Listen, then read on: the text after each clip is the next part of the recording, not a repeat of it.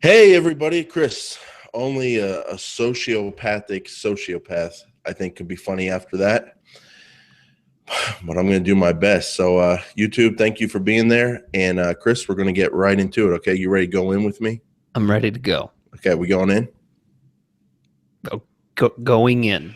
Hey, everybody. Yes. Welcome back to episode number 62 of the Paid Search Podcast. Thanks for so much for being here. Thanks for listening.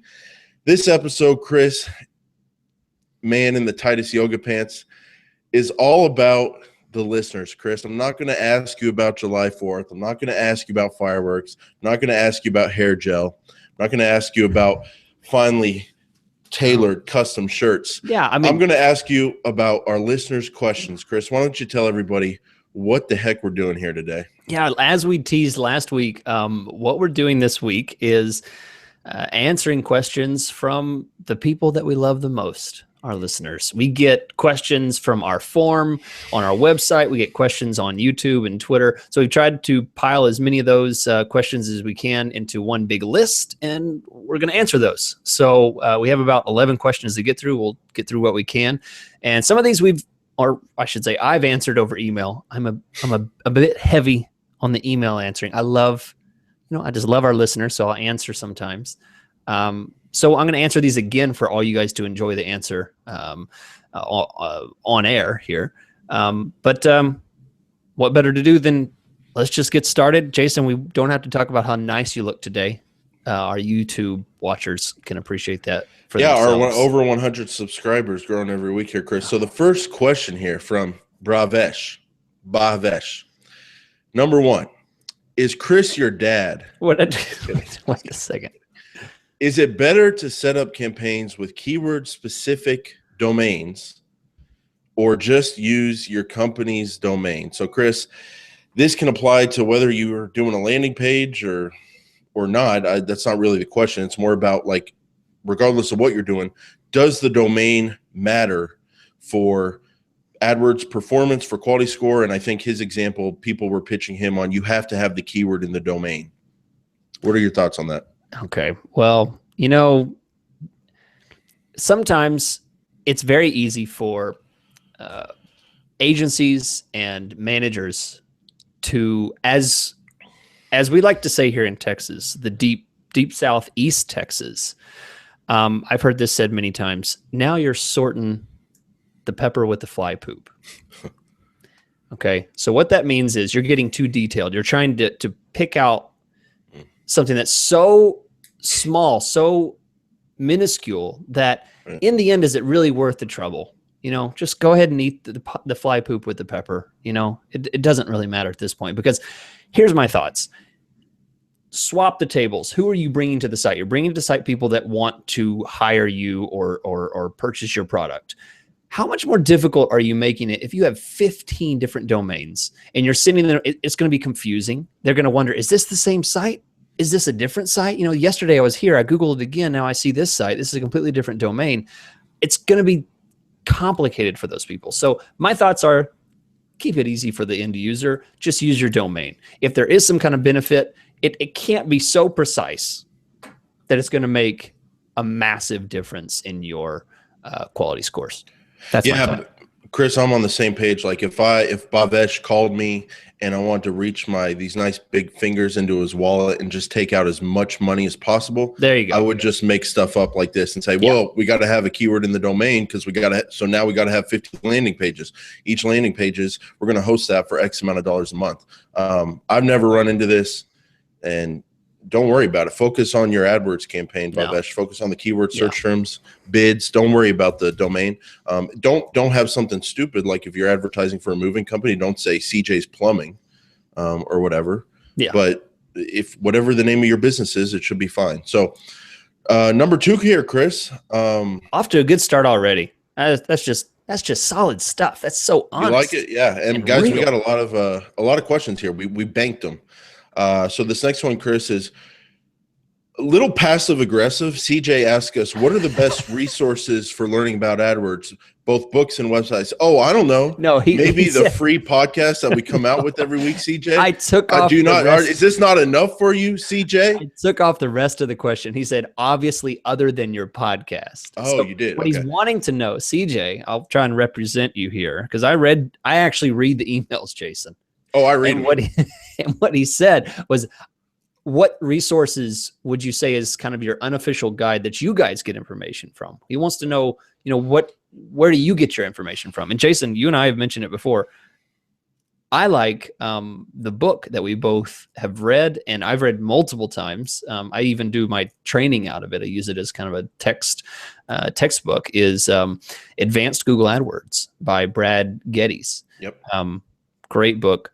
Always keeping it updated. There's multiple editions. I think we're on the 3rd edition now. It's always relevant, very detailed.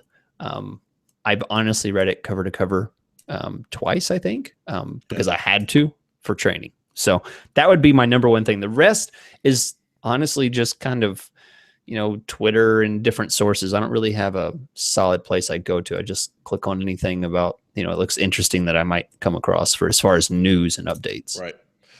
So for me, as far as news and updates go, Google AdWords official blog, search engine land. That's pretty much all you need to stay abreast of new updates. As far as learning AdWords, you got the podcast. Honestly, Chris, I've got interesting stuff on my website, my newsletter. Support, I forget the exact domain, but if you Google an AdWords help, the official AdWords help is just stocked with thousands and thousands of free little articles explaining what every little thing is. I've learned a lot from there.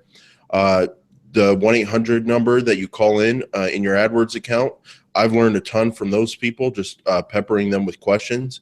And then there was one more here, Chris. I think that's pretty much it. But the last thing was just experience and being curious. So if you're in your campaign and all of a sudden you look at this dimensions tab and you've never seen it before, look up what it is. Do a Google search. You can learn a ton from Google searches. Really, there's no reason not to be able to learn AdWords, and pretty much for free. And Chris, I do remember his question. He asked, are there anything that's worth paying for, any of those courses? I can't comment on them because I've never done it, but I can tell you, me and Chris learned as much as we learned, I think, for free. It just takes a lot of time, but it's all for free out there. I actually went to one of Brad Geddes' classes. You guys ever date? I mean, get off this guy, Chris. 10 years ago. I'm just saying, I did pay. Yeah. I did pay at one point. Getting a little jealous here, buddy. I never talked to him. He never calls me, so I try and name drop all I can. Did you like his course in person? I did. I learned a lot. It was very practical. Yeah, absolutely. Awesome. All right, so number 3, I'll take this one. This is from Dimitri. Dimitri had 2 questions, and I put both of them here because I like them. When you're doing remarketing from the display network, are your ads just reiterating the same message that was on your site, or are you doing a softer sale? My answer for this is something I'm going to hold off on. Jason, what's your thoughts? I'm going to hold off too, Chris. So we got the old Texas showdown here. Okay, fine. No, just kidding. I'm kidding. I'll go. So I've never thought about going softer. For me, it's all about getting your brand out there. I had a guy call me this week, Chris, from actually a magazine that I get in the mail every month. They're wanting to expand from that print side into AdWords. So I was like, whoa, this is a big magazine calling me. The reason he called me is because he said, Jason, I went to your website to learn about AdWords. It was recommended to me, and you've freaking been following me around for 2 weeks. So I figured I'd just finally call in. And he actually said that. So for me, it's all about getting the brand out there. I'm not really telling people, buy this product for $3, call now for an instant quote. It's more about just branding and getting the picture out there. Okay. Jason, this doesn't happen much. This has happened, I think, twice. On the podcast. Are we still on air?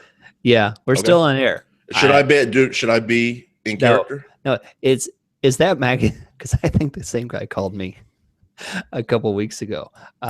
Is it Chris? No matter what you say, and don't say his brand because we shouldn't get in trouble. No matter no matter what you say, I would say it's another magazine. Okay. I'm not going to sit here and sit in this tailored shirt and go on and on about how proud I was that this guy called me and then he called you. So no matter what it was, I'm not going to admit to that. Okay. So it's not even worth saying his name. And I highly doubt that it was the same guy, for the record. Okay. We'll discuss this. We'll discuss it off air. Or we won't, but I highly doubt. I will tweet. I'm going to tweet. I won't tweet who it is, but I'll just tweet if it's confirmed. So you guys follow on Twitter. Screw Facebook. So to answer this question, my thoughts are this. When it comes to remarketing, I really just like to just push the brand and push the awareness. Exactly. So we're on the same page. I don't really like to say that it's necessarily, this sale or this sale. When you see an ad from Amazon and it's one of those dynamic remarketing ads, it's just basically product and price. It doesn't say, hey, don't forget that it has a cool pink color to it, right, or something like that. It's just product and price. So when it comes to remarketing, don't overcomplicate it. Just go with basic messaging. Hey, remember this? You looked at it 2 weeks ago. Don't forget about it. That's all it takes. Yeah. If you're doing search, focus on search, getting the leads. If you're doing display, let's focus on branding, like we talked about last week here, Chris. So why don't you take us, Demetrius has to, and I refuse to ask one of his questions. So yeah. So when writing your ad descriptions, what sort of best practices do you suggest? This is also from Dimitri. Ad descriptions. Let's key in on that. Ad descriptions, specifically the secondary part. So nowadays, description is a very long list of characters that you can add. Basically, kind of a mini paragraph. In my thought, I mean, it's super long compared to what we had before. So not the headline, but the description. Here's my thoughts for the description. Put in those things that might hook people as additional benefits or features that you don't mention in the headline. Don't repeat what you say. Don't say your company name. Don't say call now. Just unless you just want to grab a couple little extra characters you have at the end. The main thing you want to put here are benefits and features that you did not include in the headline. Little things like local, we are in blah, blah, blah local area, or, been in business for a long time, or, extra good features in this area. Whatever kind of messaging you want to put this, not necessarily good enough to put in the headline. That's what I put in the ad description. Exactly, Chris. So I'm on the same page. The only thing I'd add to that is think about something that someone reading that cannot deny. So the other day I had a fence problem, Chris. I have a dog. It's kind of scary. I wanted to get my fence fixed. If I would have seen an ad description that said, we can get started today, or we can come fix it today, I could not deny that. I'd have to click and call them and get them out there that day. And here's to back up your point on, this is not stuff that you put in the headline. You're never going to put in the headline, we can come to your house today. It doesn't really lend itself to a headline. So exactly what you're saying. Not all the stuff that you don't put in the headline, and don't repeat yourself. Yeah. So this next question here, Chris, is from our buddy Rob. And Rob is always there for us, liking our stuff on Facebook. So we appreciate that, Rob. So he says, the product that I'm selling would be great for fathers on Father's Day. Rob, you're a pimp? Come on. It's like a razor, a shaver maybe, or. Oh, okay. The product I'm selling would be great for fathers on Father's Day. What do you think of advertising on keywords like top Father's Day gifts? Chris, I've had way too many of these conversations in my life about this, so I'd appreciate if you take this one, because I know we're on the same page. Yeah. This is one of the examples that I could not keep my fingers off the keyboard, because like Jason said, this is something we hear a lot. A lot of good ideas about, like I want to reach these people that don't know that they want my product. And I want to catch them while they're searching for an idea for my product. It works, but man, is it expensive. And man, is it like searching for a needle in a haystack. You're going to get people that are researching. And when I think of the tiers of AdWords visitors, I think of, the bottom funnel stuff are ready to buy. And then up towards the top, there's the researchers. I put them at a very a very low level of priority because they're unlikely to purchase. And when they're unlikely to purchase, they're not likely to convert and may bounce very quickly. And those shoppers, online shoppers for ideas, I don't like ideas is a word I put as a negative keyword. Ideas or gifts and things like that. No, I don't want those researchers. I want them, if they're unaware of it, maybe go after some display and try and get them aware using a cheaper method than spending $2 or $3. And how do you even know if someone searches ideas that they're wanting to buy online? Yeah. As opposed DIY. to go buy something that day. And Chris, I have a metaphor for everyone. You know, when you enter in your bank password, because you're on there at 2 a.m. when you're groggy because you're obsessed with money and it's a problem, and you enter in your password 3 times wrong because you're sleepy and you get locked out till the next day. Wow.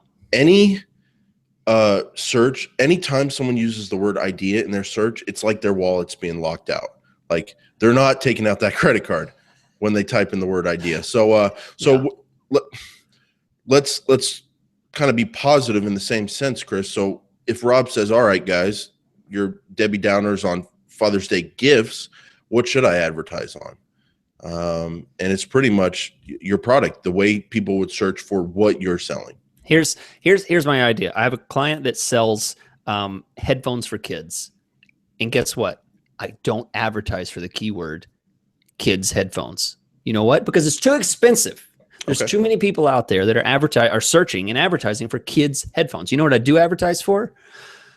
Bluetooth headphones, pink kids headphones, blue kids headphones. You go after those subcategories, you get much better quality traffic. You don't spend a ton of money, and the people are more likely to purchase because their features and benefits they're looking for are in your keywords already.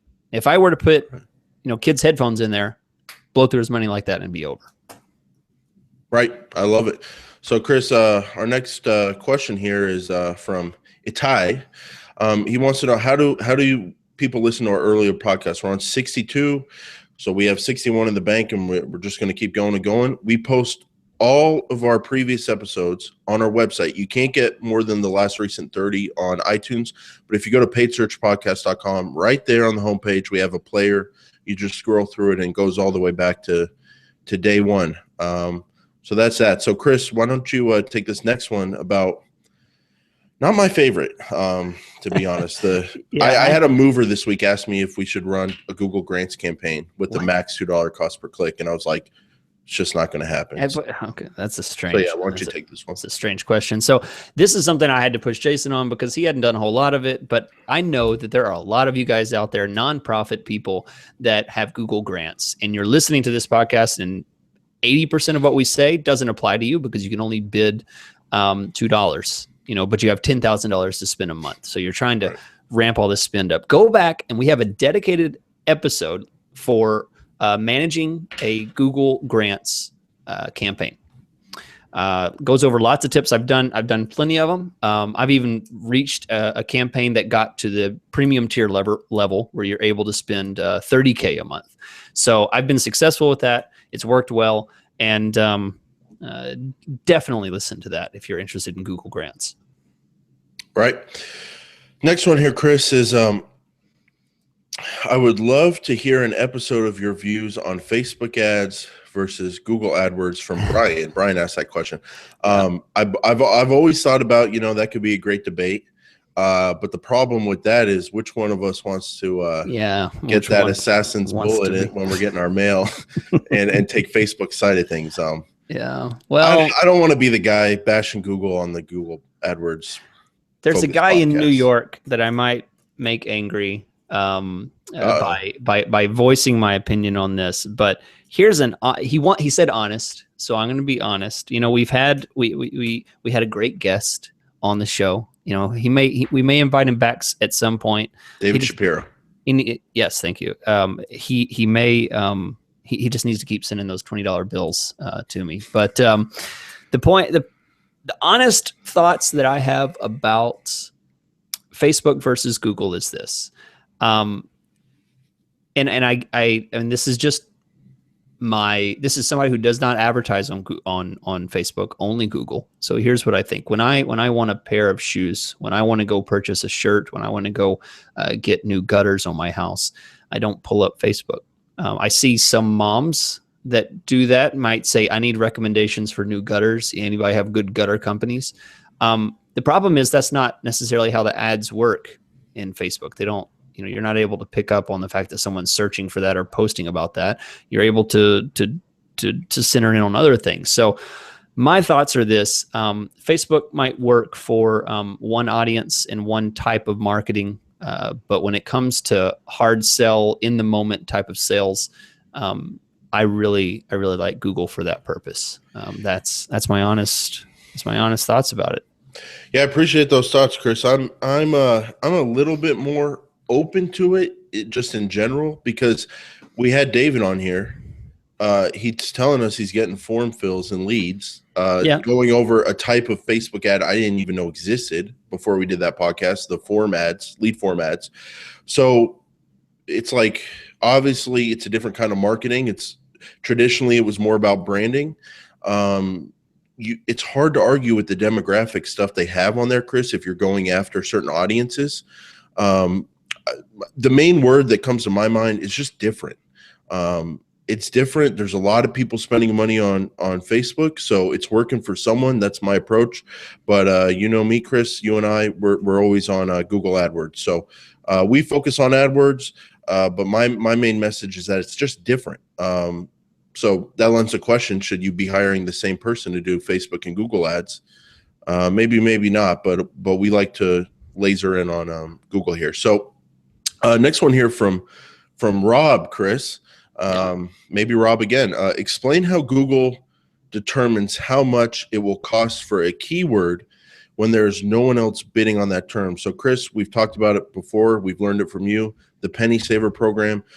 Given quality scores being equal, you only have to pay a penny more than your competitor, no matter what you're bidding, no matter how much higher you're bidding than them. So in the cases where someone does a search and there's only one ad, why is that ad costing $2, $5, whatever it costs, and not a penny? This is pretty interesting. What did you find out, Chris?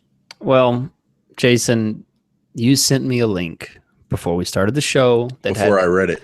I just read the headline. Yeah. And so you have a specific answer, but I'm going to give my conspiracy theorist answer. Right. And because that's basically what it is. I don't really know, and Google doesn't even really. Your answer is not going to satisfy. Well, let me give my answer, and then we'll give our feedback on it. So the answer is we don't really know. We did extensive research. I actually called in, Chris, and what they told me over the phone was basically something to the effect of, well, sometimes there's only one spot. What does that have to do with why it costs more than a penny? I don't know. So she didn't know, the person I talked to. I don't know. We did research. I found an article from 2007, Chris, and it was from Google's blog, Google AdWords blog, about common misconceptions. And it was attempting to answer the question that Rob has, but it didn't really give an answer.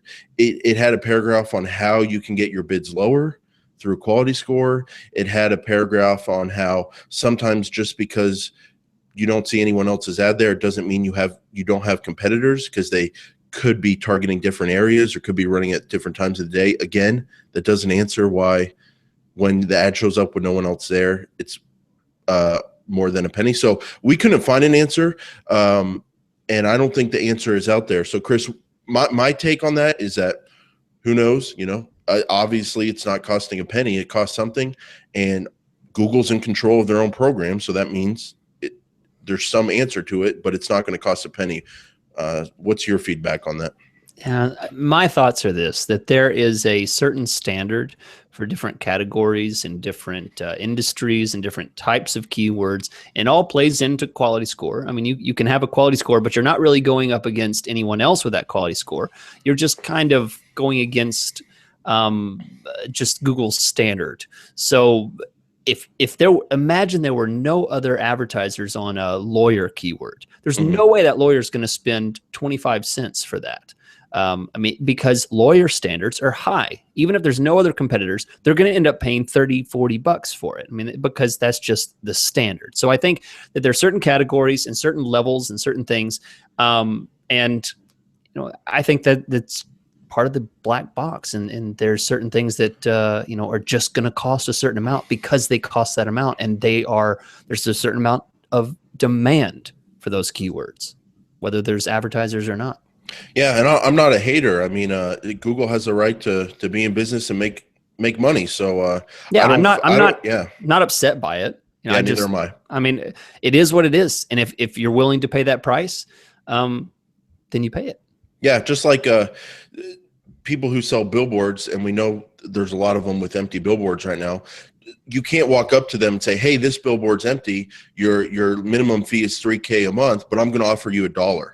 Don't you want $1 to fill this empty billboard?" That doesn't work for billboards, and that sort of thing wouldn't work on search ads. So there's no answer, but it obviously is going to cost more than a penny.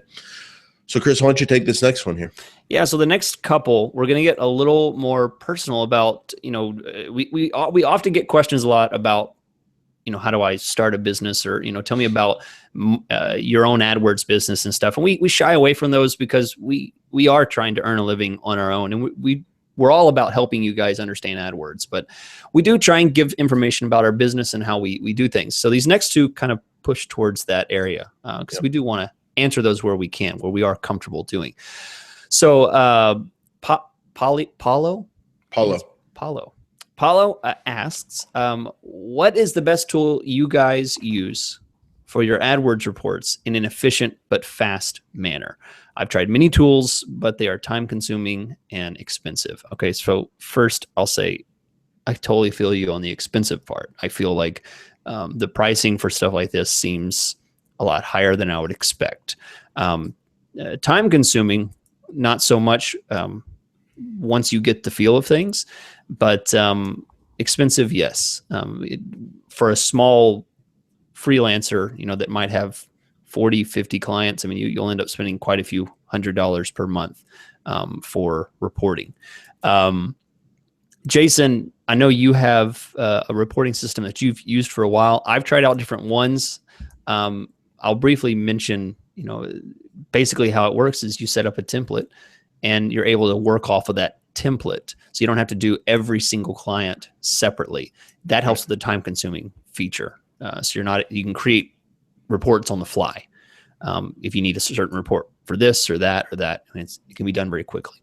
Jason, what about you? I mean, what are your thoughts on reporting and how you do things? Well, there's definitely, I would say this, if you do have, Paulo, a number of clients, say more than one, you should probably get into the business of using some kind of AdWords reporting software. I know that if you're looking at free options, AdWords has a lot of reporting solutions in that reports button at the top of the page. So you might want to look there. It could get the job done. As you get up to 10, 20 clients, I found softwares to be super useful. I'll put it this way. I've tried a lot of them. There's a lot of them out there. The one that I love, both for optimization software and reporting, Chris, is Optimizer. I honestly would love for them to sponsor this show because this is an AdWords audience and they sell an AdWords software. And I'm a 100% believer in it, Chris. And they have an excellent reporting solution, in my opinion. So I want everyone to do me a favor. I highly recommend this software. It's Optimizer. Just Google Optimizer AdWords management software. And you want to spell that for them because I always forget. It's spelled differently. Yeah, I'll give you guys the domain name. It's let's see here. It's not optimistic. It is OPTMYZR. OPTMYZR. Optimizer. And you just put that in OPTMYZR, OPTMYZR.com. I'm telling you guys 100% honestly, they're not a sponsor right now. This is just my opinion. But I love their software. I love their reporting software. So if you use it based on this recommendation, if you give it a try, send them a message and tell them Jason from the Paid Search Podcast pointed you their way. So that's honestly my best answer, Paula. I would look into Optimizer pretty seriously, Chris. So now, speaking of giving all our secrets away, so we go broke. Brian asked, what was like for both? Oh, Chris, you know how I read everyone's questions just the way they type that them? was not Brian. Brian, I know you're a big fan. You typed this. Look at the way Chris types everybody. I mistyped it. What was like for both of you when you started your businesses? How you obtained clients? And when you knew you could sustain yourself and your families off of your new career? So he's basically asking us, what was it like when you started? How did you get clients? And how did you sustain yourself and your families off of your new career? So Chris, not too interested in getting into how I get clients, but we can answer a few of these things. So I'll let you kind of you'll lead the slow dance. Sure. And I'll be in your arms, hands on the waist. Well, it's difficult, because every person's going to have a different instance. And here's my thoughts. For me, I was offered an opportunity. Honestly, I was fired from my job. I was doing management for a PPC agency, and it was a bad situation. They had some bad managers, and the guy would literally hire and fire someone every 6 months. And I didn't know that when I took the job. The guy would he would start just, oh, this guy's great. And then he'd start telling him to do things that are really shady. And he'd eventually get mad at him and he'd fire him. And I fell into that position. So I got fired. And then another manager from that company said, hey, I have a side job for you. He liked me. He was sad to see me go, but he had no way to stop it from happening. He said, I have a side project for you. And it was such a great opportunity. I ended up taking it. And that led to, me doing some stuff for him on the side. And then I did some other things on the side and started working from home. And that's how I started my company, by doing that back in January 2009. So my thoughts are this. What it was like when I started was I was offered something that I was unable to pass up the opportunity. I know there's probably a lot of listeners out there that would love to get started on something like this. And I would say, if you're offered something that seems like a great opportunity that can launch you, that's the time to do it. It may not be a right time to do it if you're in a solid career choice or you're doing something, because here's the thing, life comes in phases and everybody starts at one point and things change. If I look back 10 years ago, life is barely recognizable 10 years ago than it is now. I mean, I've had kids, I'm living in a new city. You talk to me every week? Yeah. I know Jason, obviously things have gone up. So take life in phases and in seasons as it comes, and don't get hung up on what you want to do, but wait for the right opportunity. When it comes, jump on it and do it and go hard for it and try and get there. But don't jump ship too quick, because it is difficult. Jason and I are doing this podcast because we're managing companies and we beat the odds. We're not the normal. I know a lot of people who don't make it this far, been doing it this long and being able to do it full time. So if you have the chance, go for it, but wait for that right opportunity. That's great advice, Chris. I would say, I would throw two things out there. The first one is I got my own business kind of job working for myself from getting a job first. I worked for a website / digital marketing agency locally. Was not a good situation, just like you, Chris. Wasn't happy there, but I saw things, I learned things, I saw opportunities. We were doing SEO. All of a sudden, a client wants to run a huge AdWords campaign. We had never done that before. And I said, AdWords, what's that? And started learning about it, doing it. And that's kind of where I got started. So I would say get a job, work for someone else in the industry and see what opportunities you can find. And then the second thing, I'd recommend a couple books for you. Choose Yourself by James Altucher, and then Choose Yourself Guide to Wealth by James Altucher.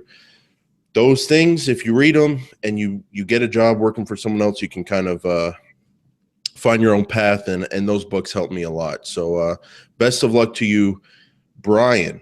Chris, with that said, I think this was a very instructive Q&A. If anyone wants to ask us their AdWords and now career questions,